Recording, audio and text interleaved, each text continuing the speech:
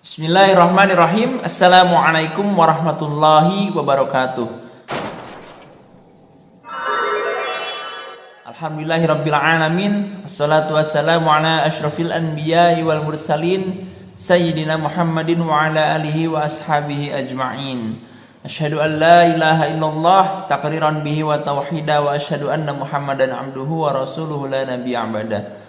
Allahumma salli ala sayyidina Muhammad wa ala ali sayyidina Muhammad wa ba'du. Sahabat fillah rahimakumullah, alhamdulillah kesempatan yang indah ini Allah kembali mempertemukan kita tentunya dalam keadaan sehat walafiat. Amin ya Allah ya rabbal alamin. Di kesempatan yang indah ini saya ingin kembali sharing dengan sahabat semua untuk menjawab kebingungan dan juga beberapa pertanyaan tentang apakah anak saya ini harus masuk pesantren atau masuk sekolah umum. Itu ada beberapa dilema dan juga kebingungan antara orang tua, termasuk juga anak-anak kita. Ada beberapa yang masih kebingungan apakah masuk pesantren atau lebih melanjutkan ke sekolah umum. Baik, di video kali ini insya Allah akan saya bahas tentang apa sih pentingnya pesantren, apa bedanya tinggal di pesantren dengan di sekolah umum. Yang pertama, kita semua mengetahui bahwa era globalisasi saat ini begitu kencangnya arus teknologi, sungguh akan ada dampak yang positif dan juga dampak negatif terhadap anak-anak kita. Maka yang harus kita filter adalah bagaimana bisa mengerem dan juga menjaga anak-anak kita ini dari pengaruh negatifnya. Kalau pengaruh positifnya alhamdulillah bisa kita rasakan. Namun yang perlu kita filter adalah pengaruh negatif ini jangan sampai terjadi dan jangan sampai menimpa anak-anak kita. Tentu itu adalah yang menjadi harapan kita semua. Yang menjadi garis besarnya dalam video kali ini adalah anak kita itu masuk pesantren atau tidak. Sebelum dilanjutkan, perlu saya analisis dulu nih. Kita sama-sama analisis dulu apa sih plus minusnya di pesantren, apa sih juga plus minusnya ketika anak kita di sekolah umum. Nah, ini nanti saya yakin ibu dan bapak sekalian bisa menyimpulkan lebih baik di mana. Termasuk juga Anda, sahabat-sahabat, para generasi muda, anak-anakku yang saat ini sedang bingung mau melanjutkan ke pesantren atau sekolah umum. Semoga video ini bisa bermanfaat buat kita semua. Amin ya rabbal alamin. Tinggal di pesantren baik, sekolah umum juga baik. Tidak ada dua-duanya yang memiliki tujuan yang buruk. Sekolah umum memiliki tujuan yang baik, ingin mencetak anak-anak yang menjadi anak-anak yang soleh. Apalagi pesantren. Tidak ada pesantren yang bercita-cita ketika meluluskan siswanya menjadi siswa yang tidak berakhlakul karimah. Namun, kita analisis dulu bagaimana kekurangan dan kelebihan dari masing-masing lembaga ini, sekolah umum dan pesantren. Yang pertama, kita lihat tentang sekolah umum. Sekolah umum tentu memiliki visi, misi, tujuan dan juga program yang baik. Tentu pesantren juga sama, saya yakin dan saya rasakan sendiri bahwa pesantren memiliki niat yang sangat tulus, kemudian cita-cita juga yang sangat besar, ingin melahirkan generasi-generasi yang soleh dan solihah, namun tidak ketinggalan zaman. Nah, namun ada kekurangan dan kelebihan dari masing-masing. Kalau misalnya di sekolah umum, ada satu hal yang paling menonjol adalah tentang masalah bahaya dari pergaulan. Ya, seperti misalnya bahasa yang kotor dan kasar. Kemudian adanya kebebasan atau misalnya kemungkinan untuk merokok. Siswa merokok itu pasti ada kalau misalnya di lingkungan sekolah umum. Kemudian bisa juga kalau di sekolah umum itu kemungkinan ada siswa yang berpacaran, ya, berpacaran satu sama lain, dimulai dari saling menatap, kemudian dan seterusnya, naudzubillah min zalik. Ya, kalau tidak terkontrol dan tidak terawasi tentu akan berdampak sangat buruk dalam hal tersebut. Kemungkinan selanjutnya adalah bisa saja kalau di sekolah umum itu lebih banyak orang-orang yang sudah bergabung dalam berbagai komunitas, baik itu komunitas motor, geng motor atau komunitas yang lainnya. Nah, itu biasanya lebih menonjol ya, geng-geng itu kalau misalnya ada di sekolah umum. Nah, kemudian dari semua kekurangan tadi, kalau kita misalnya dibandingkan dengan di pondok pesantren, itu akan tercover dan terfilter. Contoh misalnya dari bahaya pergaulan. Insya Allah rata-rata pondok pesantren itu memisahkan antara laki-laki dengan perempuan. Kalau misalnya ketahuan ada santri laki-laki perempuan, itu pasti ditindak tegas oleh pengurus pesantrennya. Berbeda dengan di sekolah umum. Terkadang ketika di sekolah mungkin terawasi, ketika pulang sekolahnya ini yang berbahaya karena di luar pengawasan dari guru-guru yang sudah ada di sekolah. Kemudian untuk misalnya bahasa kasar dan kotor. Kalau misalnya di pesantren, ketika ada santri yang berkata kasar atau kotor, maka tentu tindakan tegas juga yang akan diambil oleh pengurus pesantren dan juga pembimbingnya. Pasti anak akan dibenahi, dididik, dan juga diarahkan. Namun mohon maaf kalau misalnya di sekolah umum, bahasa kasar, bahasa kotor itu terkadang luput dari pandangan dan pengawasan para guru-gurunya. Apalagi kalau sudah keluar dari jam pelajaran. Nah, kemudian yang selanjutnya ada juga kekurangan kalau misalnya anak kita itu di sekolah umum. Yang saya rasakan karena saya juga pernah mengenyam pendidikan di sekolah umum yang bukan berbasis pesantren, maka di sana itu yang sering terjadi adalah kurangnya perhatian terhadap masalah ibadah. Itu terkadang tidak setegas dan tidak seketat ketika anak kita berada di pondok pesantren. Kalau di pesantren itu biasa iklim dan budayanya sudah terbiasa. Saatnya ketika azan berkumandang, anak-anak itu sudah langsung diarahkan untuk langsung mengambil air wudhu. Dan itu bukan hanya sholat zuhur saja, bukan hanya sholat asar saja, namun sholat fardu yang 5 waktu. Sedangkan kalau misalnya anak-anak kita tinggalnya tidak di pesantren atau di sekolah umum, mungkin yang terperhatikan oleh pihak sekolah adalah sholat zuhur saja, atau mungkin kalau sampai sore dengan sholat asarnya. Untuk maghrib, isya, dan subuh itu menjadi tanggung jawab orang tua, ya. Kemudian selanjutnya, kalau misalnya anak kita tidak tinggal di dalam pondok pesantren, ini kemandiriannya berbeda dengan anak-anak yang tinggal di pesantren. Mengapa demikian? Karena anak-anak yang tinggal di sekolah umum itu ada beberapa, tidak semuanya, ada beberapa yang masih segala sesuatunya itu masih bergantung kepada orang tuanya, ya, seperti mencuci baju, kemudian untuk mengambil makanan, untuk minuman, menyetrika baju, untuk membersihkan rumah, itu semuanya masih biasanya beberapa ada yang tergantung kepada orang tuanya. Berbeda dengan tinggal di pesantren, nyuci harus sendiri, nyetrika harus sendiri. Kadang ada beberapa pesantren yang harus masak sendiri. Ya, ada juga pesantren yang sudah dimasakin, namun tetap perlu perjuangan untuk mendapatkan makan, perlu mengantri, perlu bersabar. Kemudian bekas makannya kalau di rumah mungkin dicucikan oleh orang tua. Ya, sebagian kita anak-anak ada yang begitu. Tapi kalau di pesantren,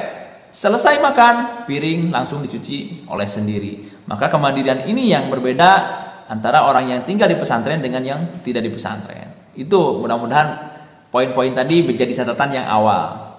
Lalu selanjutnya, apa yang menjadi kekurangan dari pondok pesantren? Biasanya yang saya rasakan itu adalah rasa rindu kepada orang tua. Kalau orang yang di sekolah umum relatif lebih mudah bertemu dengan orang tua, pasti minimal ketika sebelum berangkat sekolah orang tuanya ada, pulang sekolah atau misalnya malamnya pun orang tua pasti ada di rumah. Berbeda dengan santri tinggal di pesantren, itu lebih harus sabar, ya, lebih harus bersabar untuk menahan rindu kepada keluarga. Kemudian sisi lain kelemahan dari pesantren itu biasanya ada sering kehilangan barang, ya.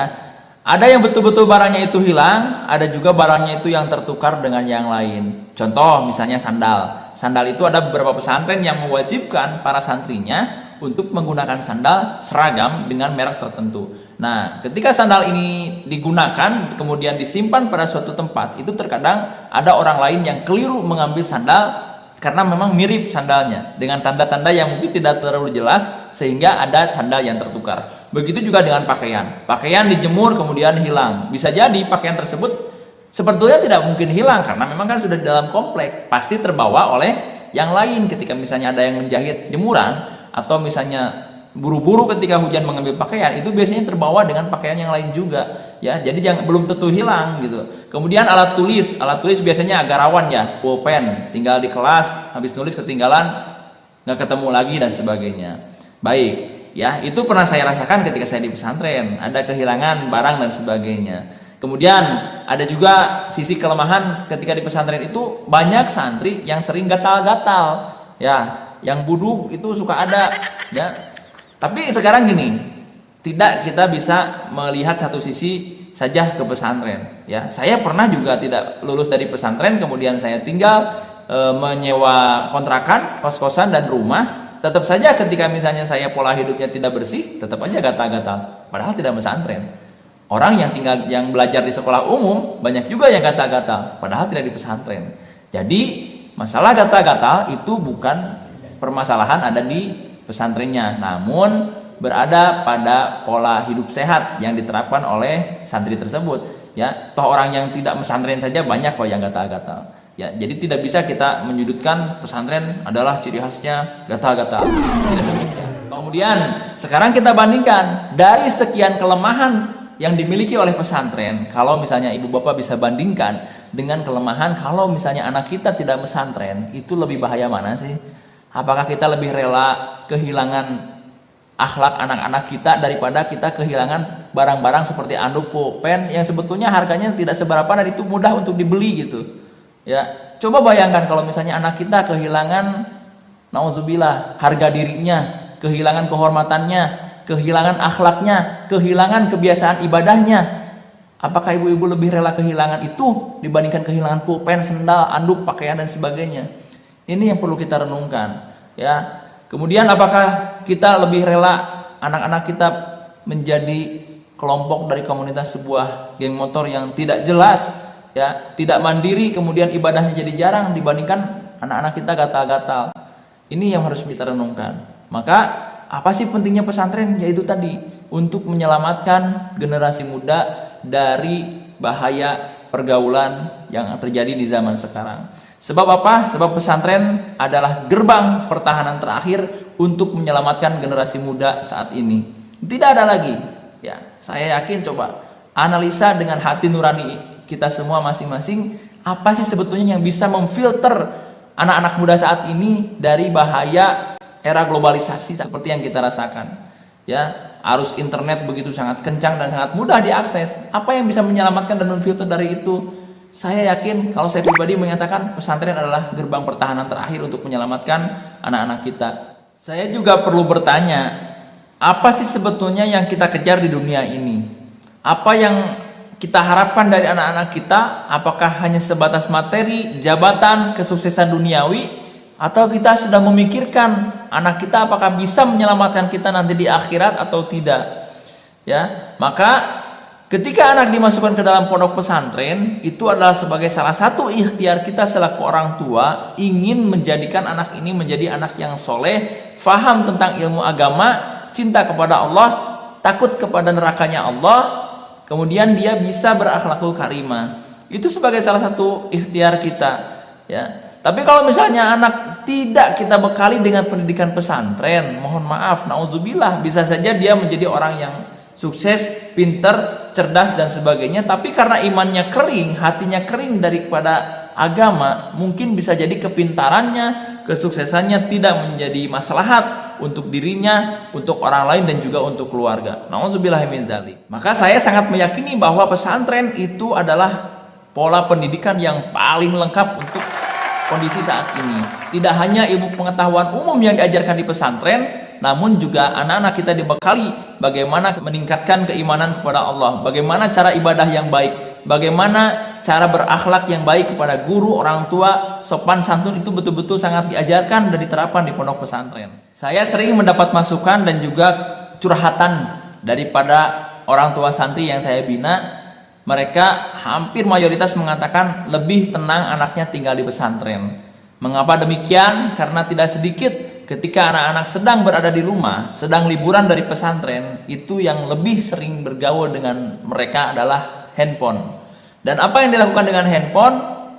Seperti yang kita saksikan, itu begitu banyak game online saat ini yang mudah diakses. Kemudian mereka juga bisa berkolaborasi, ya, bermain bareng-bareng dengan rekan-rekannya di luar rumahnya. Ya, kemudian yang paling berbahaya dan paling mengerikan adalah ketika mereka bisa mengakses situs-situs yang terlarang yang justru akan merusak moral dan juga mental. Itu bisa habis itu pendidikan itu dalam sekejap, ya. Kalau misalnya anak-anak kita sudah terjerumus kepada pergaulan yang salah. Hasil pesantren 3 tahun, 6 tahun, hasil sekolah umum di SMA favorit, di SMP favorit, itu bisa ludes sekaligus kalau misalnya anak-anak kita salah dalam memilih pergaulan.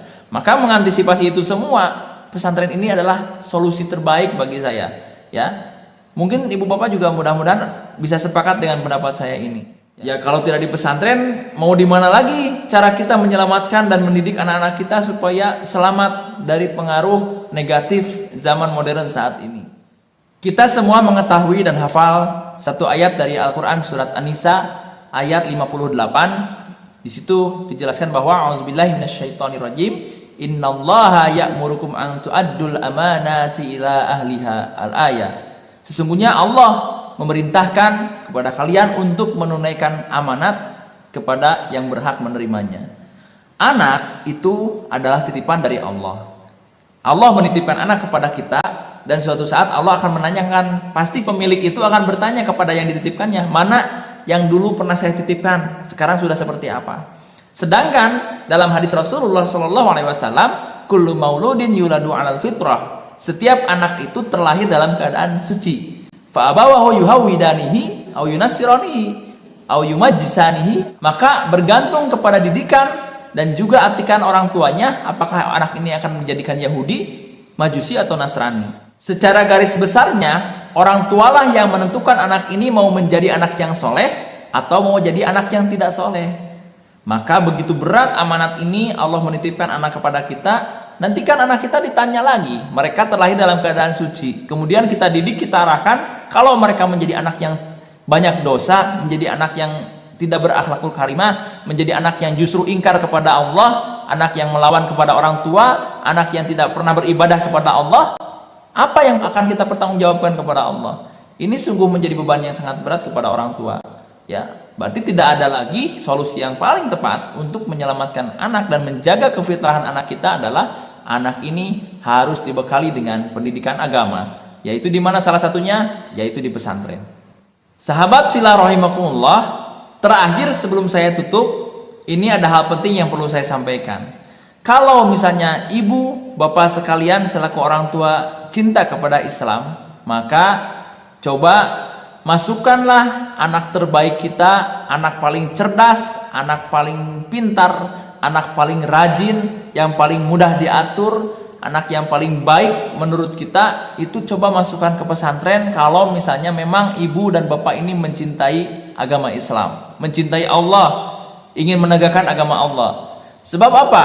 Terkadang di kita itu anak-anak yang bagus, anak-anak yang baik ini justru tidak dimasukkan ke pesantren, malah dimasukkan kepada sekolah umum. Sehingga apa yang terjadi ketika dia misalnya dengan kepintaran dan kecerdasannya dia menjadi orang yang sukses, namun hatinya kering dari agama, tidak sedikit yang bermoral bejat, tidak sedikit akhlaknya tidak bagus, tidak sedikit orang-orang sukses tapi jarang sholat, tidak bisa sholat dan tidak bisa mengaji. Ini kan sungguh sangat miris.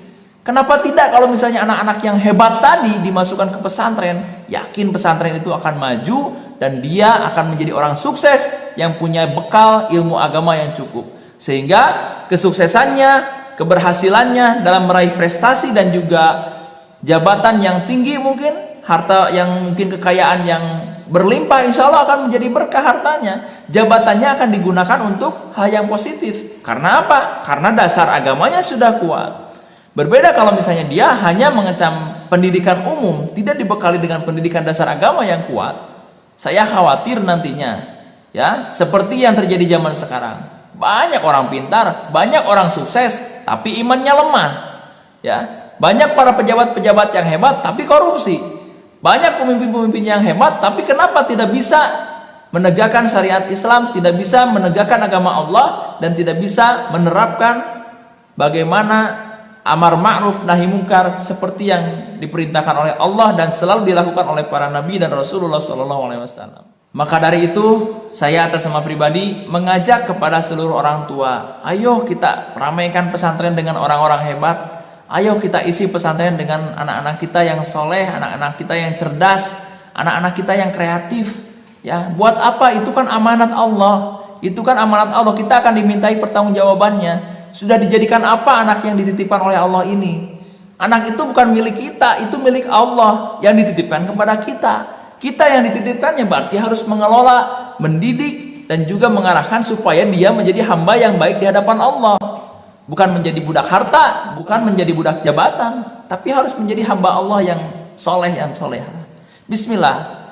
Itu saja mungkin ibu bapak. Ya, ini sekedar sharing, bukan saya untuk menggurui. Sekali lagi, bukan saya paling hebat, paling pintar, naudzubillah, bukan. Ini hanya sebatas sharing, mudah-mudahan bermanfaat. Kita bisa saling mengingatkan satu sama lain. Usikum wa nafsi wa iyaya bittaqwallah. Selaku orang tua, saya juga sama selaku orang tua mengajak dan juga mengingatkan kepada ibu bapak, yuk sama-sama perhatikan bagaimana masa depan anak-anak kita ini. Jangan sampai hanya cukup dari segi materi dan duniawi saja.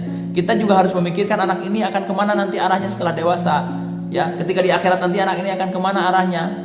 Jangan sampai ini justru habisnya harta kita, lelahnya kita membiayai anak-anak kita, habisnya juga keringat kita, justru malah menjadikan kita masuk neraka gara-gara anak kita tidak menjadi anak yang soleh dan solehah. Nauzubillah min dzalik.